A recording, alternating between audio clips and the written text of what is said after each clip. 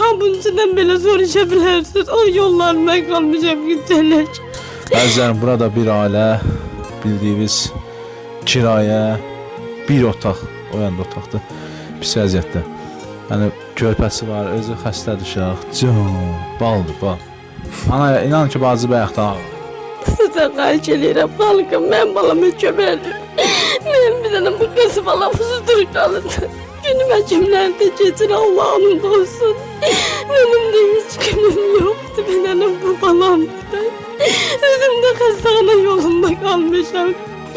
İnanmıyorsunuz, gidip sabuncudan belə soruşa bilərsiniz. O yollarıma qalmışam gücələk. Uşağım tutmacasını kəbəz tutur, elə vaxtı gecə saat 12'de yatır. Sıxıralar bezim ben yanıma gelməkdən. Neçə dəfə götürüb qaçırtmışam həkimlərə. Dərmanla yaşayan uşaqdır. Sizə qurban olun, mən balama köməkliyin.